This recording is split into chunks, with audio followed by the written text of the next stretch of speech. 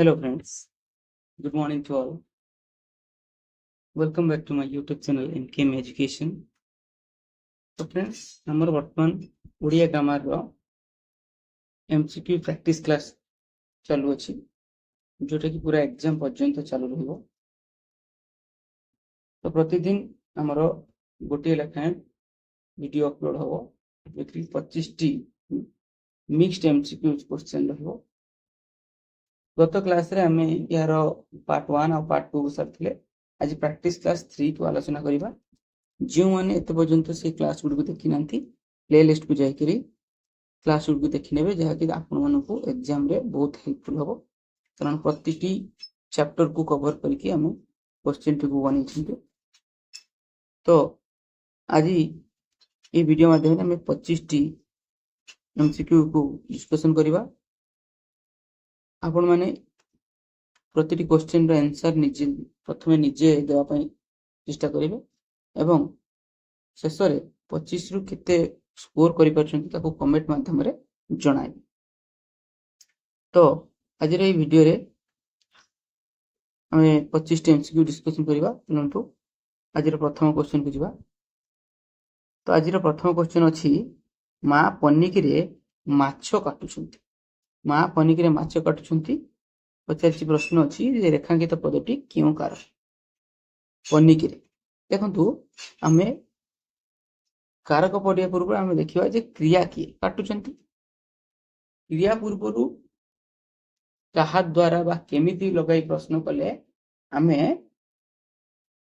कौन पाइबा करण कारक पाइ। तेणु काटुचंती केमिति काटुचंती पन्निकी रे काटुचंती। तो केमिति उत्तर आम पन्निकी रे पाइले, तो पन्निकी रे कौन हो हमारा करण कारक। करण कारक को विभक्ति हुए तृतीय विभक्ति, मन रखिए करण कारक तृतीय विभक्ति हुए। तो परवर्ती प्रश्न होची, भगवान पाप पुण्य विचार करते रेखांकित पदटी क्यों प्रकार हब। पदान्वयी अवय, आलंकारिक अवय, पदविकारी अवय और परिमाणसूचक अवय। एथिरे पदान्वयी अवय, आलंकारिक अवय, पदविकारी अवय और परिमाण सूचक अवय। देखो पाप पुण्य आपन को लागुथिबो कि एटार आंसर हे जिवो कोन ना पदविकारी अवय। पदविकारी अवय रे कोन हम जानचंती जे पदविकारी अवय जो भी अछि तार गोटे पद सार्थक पद थिबो एवं अन्य पदटी निरर्थक पद थिबो एवं अन्य पदटी निरर्थक पद थिबो। किंतु आमे एठी देखियो यदि पाप आ पुण्य दुईटी जाक होछि सार्थक शब्द, तेणु पदविकारी अवय पद हेबो नाही। तेणु उभय जदि आम बुझा जे जदि उभय पदर अर्थ अच्छी तेरे पदविकारी अर्थ पदविकारी अवय हेब ना। तेणु एटा को आम अवय पद बोली कहि परिबा नाही। आलंकारिक पद हेबनी, परिमाण तो हेब नाही, पदान्वय मध्य हेब नाही। आम ऑप्शन एलिमिनेट करदे हेइथिले हमर कोन हेइथांता पदविकारी अवय हेइथांता। किंतु पाप पुण्य जेहेतु दुईटी सार्थक शब्द एवं उभय विपरीत, तेणु यह स्थल विशेष रे कोन अवय पद हेब नाही। किंतु पदविकार जदि आम आउ एग्जांपल नबा, जमी फमी, पिला झेला, पाठ साठ, जेमि गोटे पदर अर्थ रहउथबो आ अन्य पदर अर्थ रहउनथबो, तेणु यार आंसर जो कोन यह एक अवय पद नुह। तो मैं आपको एठे ग्रेस मार्क मिलुछि। तो परवर्ती प्रश्न होछि, घोड़ेइबा यह केउ प्रकार क्रिया। घोड़ेइबा नाम धातु क्रिया, प्रेरणार्थक क्रिया, यौगिक क्रिया एवं एकक। घोड़ेइबा देखो घोड़ेइबा यार मूल जो शब्दटी अच्छी नाम धातु अर्थ मूलर नाम जोटा अच्छी नाम कौन अच्छी घोड़ा, घोड़ारू घोड़ेइबा हिची, यार सठिक आंसर हे जो कोन घोड़ेइबा। देखो प्रेरणार्थक क्रिया गोटे क्रिया को हम अन्य द्वारा करांती सेटा हला प्रेरणार्थक। किंतु नाम धातु प्रभु मन रखियो ट्रिक की नाम धातु क्रिया को मैक्सिमम नाम धातु को निजे ही करि पारा, प्रेरणार्थक क्रिया को हमें अन्य द्वारा ही करा। परवर्ती प्रश्न होची, श्रेयस्कर संधि कले कौन हेबो श्रेयस्कर। श्रेय युक्त स्कर, श्रेय युक्त स्कर, श्रेय युक्त श्रेय युक्त कर, श्रेय युक्त कर। तो एटा सठिक आंसर कौन हे जिवो श्रेय युक्त कर, श्रेयस्कर। विसर्ग संधि रो आछि श्रेय युक्त कर, श्रेयस्कर। परवर्ती प्रश्न होची कोन, महियान ମହିୟାନ ର ପ୍ରକୃତି ପ୍ରତ୍ୟୟ କଣ? ମହିୟାନ ଆମର ତଦ୍ଧିତ ଶବ୍ଦରୁ ଆସିଛି ମହିୟାନ। ମହାଯୁକ୍ତ ୟାନ, ମହତ ଯୁକ୍ତ ଇୟସ୍, ମହାଯୁକ୍ତ ଇୟସ୍। ଦେଖନ୍ତୁ ଏହାର ସଠିକ ଆନ୍ସର କଣ ହେଇଯିବ? ମହତ ଯୁକ୍ତ ଇୟସ୍। ଯେତେବେଳେ ୟାନ ଆସିବ ଆପଣ ମନେ ରଖିଥିବେ, ଯେତେବେଳେ ୟାନ ଆସିବ ତାକୁ ଭାଙ୍ଗିଦେଲେ କଣ ହେଇଯିବ? ସେ ଇୟସ୍ ହେଇଯିବ, ବା ତାର ପ୍ରକୃତି ପ୍ରତ୍ୟୟ କଲେ ଇୟସ୍ ହେଇଯିବ। ସେଟା ପୁଣି ଦୀର୍ଘଇକାର ଇୟସ୍।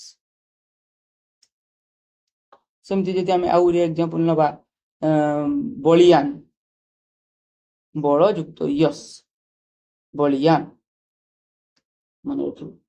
ତେଣୁ ନେକ୍ସଟ କ୍ୱେଶ୍ଚିନ୍ କୁ ଯିବା। ଯେ ପରିଶ୍ରମ କରେ ସେ ସଫଳତା ପାଏ, ଯେ ପରିଶ୍ରମ କରେ ସେ ସଫଳତା ପାଏ, ଏହା କେଉଁ ପ୍ରକାର ବାକ୍ୟ? ସରଳ, ଯୌଗିକ, ମିଶ୍ର, ଜଟିଳ। ଯେ ପରିଶ୍ରମ କରେ କାହା ଉପରେ ଡିପେଣ୍ଡ କଲା? ସେ ସଫଳତା ପାଏ, ସେ ସଫଳତା ପାଏ କାହା ଉପରେ ଡିପେଣ୍ଡ କଲା? ପରିଶ୍ରମ କରେ। ସରି, ଯେ ଯୋଉ ଆମର ସେ ସଫଳତା ପାଏ, ସଫଳତା ପାଇବାଟା କାହା ଉପରେ ନିର୍ଭର କଲା? ପରିଶ୍ରମ କରିବା ଉପରେ। ତ କମା ବି ଲାଗିଛି ଜାଣିଥିବ।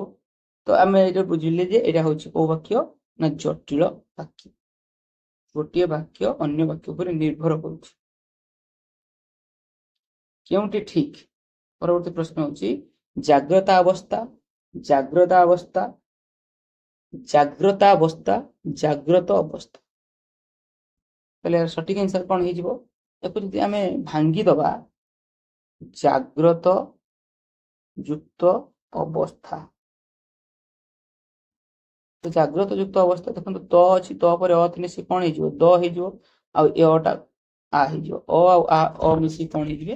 ନା ଆ ହେଇଯିବ। ତାହେଲେ ଜାଗ୍ରଦାବସ୍ଥା। ସଠିକ ଆନ୍ସର କଣ ହେଇଯିବ? ଜାଗ୍ରତ ଅବସ୍ଥା। ଅପସନ ଗ ହେଇଯିବ ଏହାର ସଠିକ ଆନ୍ସର।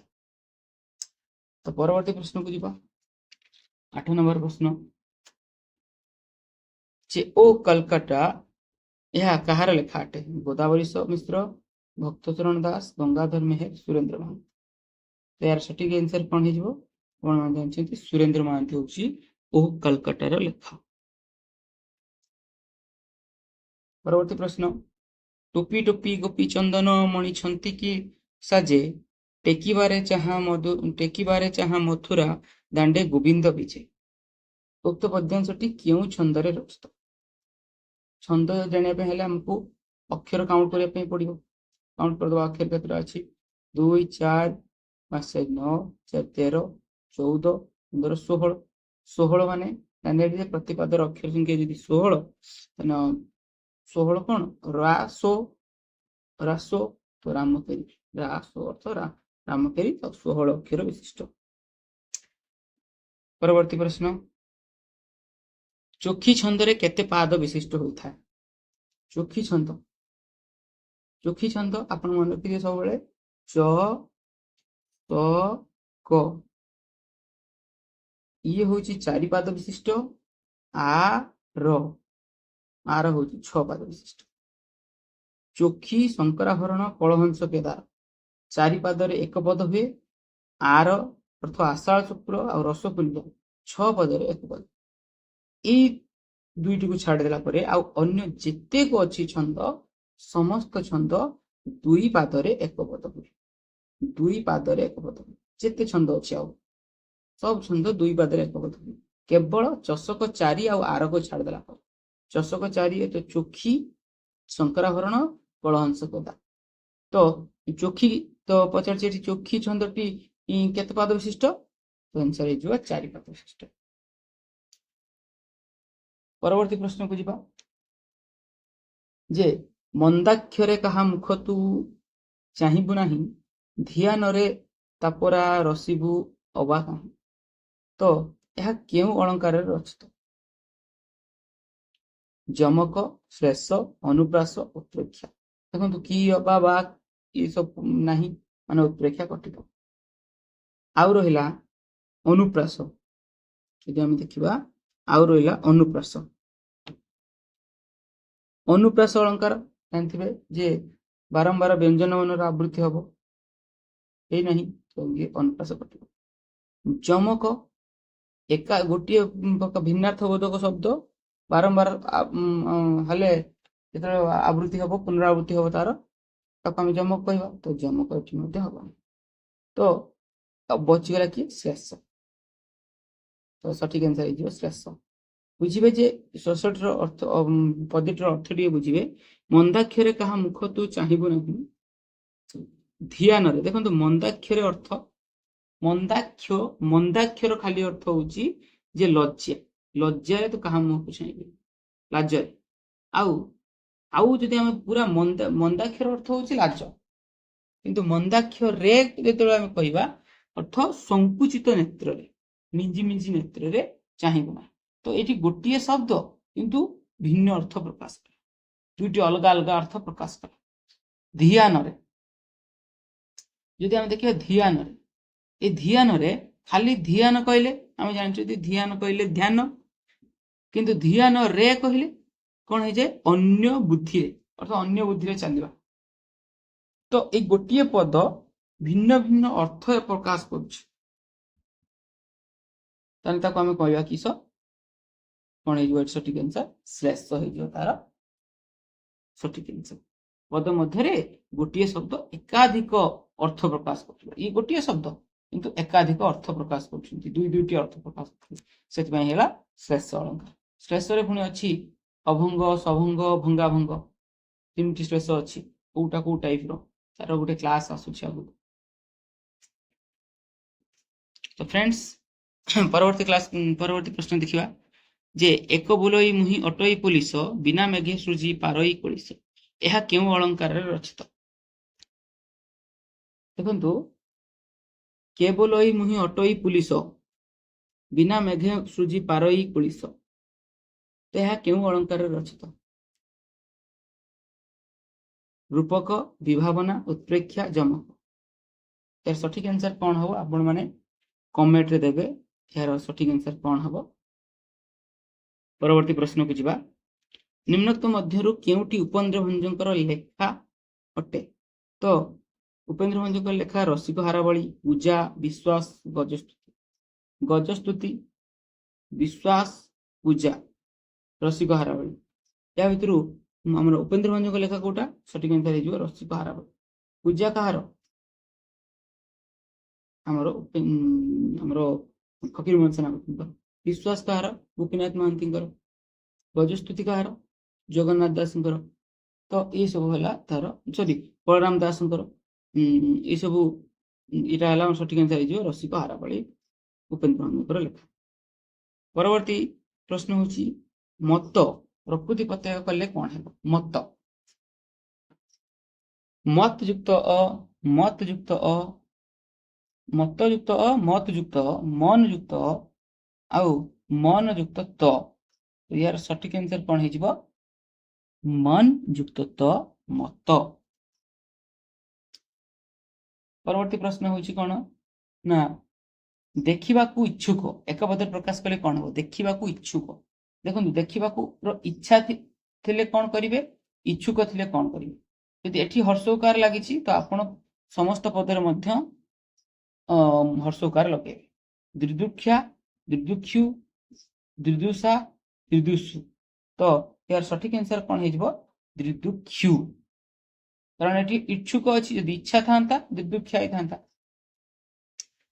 ପରବର୍ତ୍ତୀ ପ୍ରଶ୍ନ, ଚୋର ପୁଲିସକୁ ଦେଖି ଖୁବ ଜୋରରେ ଧାଇଁଲା। ଚୋର ପୁଲିସକୁ ଦେଖି ଖୁବ ଜୋରରେ ଧାଇଁଲା। ରେଖାଙ୍କିତ ପଦଟି ଆମର କେଉଁ ପ୍ରକାର ବିଶେଷଣ? ଦେଖନ୍ତୁ, ପ୍ରଥମେ ଦେଖିବା ଆମେ ଏଥିରେ କ୍ରିୟା କିଏ? ଧାଇଁଲା। କେମିତି ଧାଇଁଲା? ନା ଜୋରରେ ଧାଇଁଲା। କେତେ ଜୋରରେ ଧାଇଁଲା? ନା ଖୁବ ଜୋରରେ ଧାଇଁଲା। ତ ଏଇ ଯୋଉ ଖୁବ, ଏ କାହାକୁ ବିଶେଷିତ କଲା? ଜୋରରେ କୁ ବିଶେଷିତ କଲା। ଏ ଜୋରରେ କାହାକୁ ବିଶେଷିତ କରୁଛି? ଧାଇଁଲାକୁ। ତ ଏଇ ଜୋରରେ ଏଠି ହେଇଗଲା କ୍ରିୟା ବିଶେଷଣ, କ୍ରିୟା ବିଶେଷଣ। ତ ଇଏ ଏ ବିଶେଷଣକୁ ଆଉ ଗୋଟେ ବିଶେଷଣ ବିଶେଷିତ କଲା, ତେଣୁ ଇଏ ହେଇଗଲା କ୍ରିୟା ବିଶେଷଣର ବିଶେଷଣ। ତ ସଠିକ ଆନ୍ସର କଣ ହେଇଯିବ? କ୍ରିୟା ବିଶେଷଣର ବିଶେଷଣ। ପରବର୍ତ୍ତୀ ପ୍ରଶ୍ନ କଣ? ପର ପାଇଁ ଯେ ଗାତ ଖୋଳେ ସେ ସେହି ଗାତରେ ପଡେ। ପର ପାଇଁ ଯିଏ ଗାତ ଖୋଳିବ ସେ ସେଇ ଗାତରେ ପଡିବ। ତ ଏଠି ପଚାରୁଛି ଯେ ଏଟା କେଉଁ ପ୍ରକାର ସର୍ବନାମ? आत्मवाचक, समुच्चयी सर्वनाम, निर्णायक सर्वनाम, निर्देशात्मक सर्वनाम। तो ये जो जे एटा कोउ प्रकार सर्वनाम जे जे आम जानी जे आत्मवाचक तो हेब नहीं, निर्देशात्मक तो हेब नहीं, कौन सी निर्देश नहीं, निर्णायक जो जी विशेष पद को निर्णय करे, आउ समुच्चय सर्वनाम। तो ये दुईटी भितर गोटे हम आंसर जानवे जे आम जानी जे विशेष पद बदल जो गोटे सर्वनाम पद व्यवहृत होता है दुईटी वाक्य को जोड़ू सी होगा आमर समुच्चय सर्वनाम। तो समुच्चय सर्वनाम जमी आम उदाहरण ना जे, जेबे, तुही, केहू, एथिर, जही, ये सब हूँ आम समुच्चय सर्वनाम उदाहरण। तो जे पर जे जे कहले किए से राम हो पारे, श्याम हो पारे, दाम हो पारे, कहार नाम आम जे लिखिं। तो ये होगा आमर गोटे सर्वनाम पद। कौ प्रकार सर्वनाम पद ना समुच्चयी सर्वनाम पद। परवर्ती प्रश्न हूँ गोटे चाउल रे गढ़ा, यही रूढ़ी क्यों अर्थ प्रकाश करे? जे चाउल परी निपुण, अरुआ चाउल परी सफा, आदौ भांगी नथिबा चाउल, अति सुंदर। गोटे चाउल रे गढ़ा अर्थ अति सुंदर। सठिक आंसर होगा कौन? अति सुंदर। तो फ्रेंड्स जदि क्लास टी को आपको इफेक्टिव लगु थाए तो वीडियो को टिके लाइक करेंगे, शेयर करेंगे और कमेंट माध्यम निजर मतामत को जनइबे। तो पुनश्च परवर्ती प्रश्न हूँ खेल पड़िया, यह क्यों प्रकार समास? तत्पुरुष समास, कर्मधारय समास, दिग्गु समास, द्वंद्व समास। खेल पड़िया देखु, खेल पड़िया जब आम विग्रह वाक्य करवा, खेल पाई पड़िया, आम पड़िया कहीं करते खेलिया करते, तो खेल पाई पड़िया। तो खेल पाई पाई गोटे कौन कौ विभक्ति? चतुर्थी विभक्ति, पाई निमित्त सकाश। तो खेल पाई पड़िया जो आसला विभक्ति लगी कौ समास हुए? द्वितीय रु सप्तमी विभक्ति पर्यंत कौ समास हुए? तत्पुरुष समास। तो सठिक आंसर होगा तत्पुरुष समास। तो कौ तत्पुरुष हम? निमित्त अर्थ रे चतुर्थी तत्पुरुष, चतुर्थी तत्पुरुष। परवर्ती प्रश्न, प्रतिचक्षु क्यों अर्थ रे अवय भाव है? प्रतिचक्षु देखु प्रति लगी तो समीप अर्थ रे, सादृश्य अर्थ रे, अतिक्रम अर्थ रे, अनुसार अर्थ रे। प्रतिचक्षु चक्षुटा जिते बेले गोटे समान आकार रे देखा जीव अर्थ सादृश्यता, दुईटी चक्षु मध्य सादृश्यता आथिबो सेते बेले हम कहबा सादृश्य अर्थ रे प्रतिचक्षु। चक्षुर सदृश, चक्षुर सदृश प्रतिचक्षु। तो सठिक आंसर हेला कोन? सादृश्य अर्थ रे प्रतिचक्षु। पानी पियाइबा रूढ़ीर अर्थ कौन हम? पानी पियाइबा, पानी देबा, शोष मेंटाइबा, खूब हैरान करिबा, आउ पानी आनिबा। मते पानी पिए सारलानी, पानी पिए सारलानी अर्थ खूब हैरान कर सारलानी। तो यार सठिक आंसर कौन हो? खूब हैरान करिबा। परवर्ती प्रश्न होछि केउटी ठीक? श्रुत्र लिखन, श्रुत लिखन, श्रुत लिखन, श्रुत लिखन। हर्षइकार और दीर्घइकार अच्छे। तो यार सठिक आंसर कौन हो? आप चिंता करूँ लेखा लेखक जिते बड़े आम कौन जो शुद्धि अशुद्धि कर सब बेले चेष्टा करेंगे जिते लेखिबे लेखिक मन रखा चेष्टा करेंगे। लेखिक लिखले आप साइट रे बहुत स्पेलिंग मन रही लेखिक प्रैक्टिस कले। तो यार सठिक आंसर कौन हो? श्रुत लिखन, रफला हर्षउकार तो श्रुत लिखन हर्षइकार लिखन। तो परवर्ती प्रश्न हूँ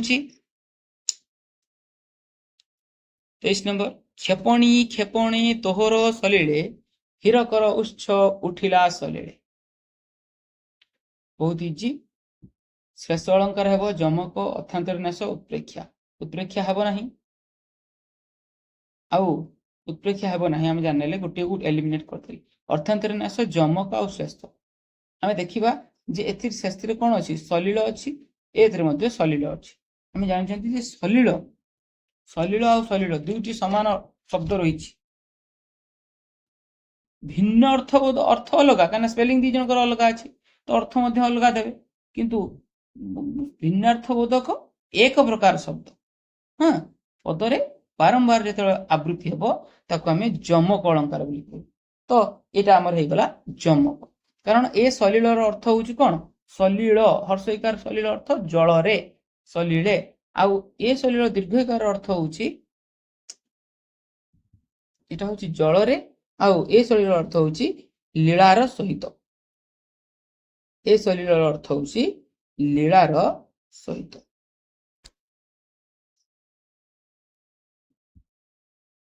ଲୀଳାର ସହିତ ଇଏ ହଉଛି ତ ଦିଟା ଯାକର ଅର୍ଥ ହଉଛି ଅଲଗା ଅଲଗା ଭିନ୍ନାର୍ଥ ବୋଧକ ଏକ ପ୍ରକାର ଶବ୍ଦ, କିନ୍ତୁ ପ୍ରଶ୍ନ ଆସେ ଯେ ଏହା କେଉଁ ପ୍ରକାର ଜମକରେ ଯିବ। आम जानते जमक हूँ आद्य जमक मध्य जमक प्रांत जमक सर्वजमक चारोटी जमक। तो आउट हूँ माल जमक। तो आद्य जमक आद्य रही जमक हेले तो आद्य जमक कहवा, मध्य रही रही मध्य जमक कहवा। देखो ये प्रांत शेष रही अच्छी तो यहाँ हो कौन प्रांत जमक। सठिक आंसर है जमक अलंकार। परवर्ती प्रश्न कौन, मनबोध चौतीसा यह कहार लेखा। मनबोध चौतीसा नंदकिशोर बल, गंगाधर मेहे, भक्तचरण दास, सुरेंद्र महांती। 2019 क्वेश्चन एटा मनबोध चौतीसा भक्तचरण दास यार सठिक आंसर हो मनबोध चौतीसा कार भक्तचरण दास। परवर्ती प्रश्न, कुमार कादुअरे पड़ेनी कि गोड़ धुएनी। ये क्यों प्रकार वाक्य जाऊँच, सरल वाक्य, जटिल वाक्य, यौगिक वाक्य, मिश्र वाक्य। कि लगी कि किंबा किंतु एवं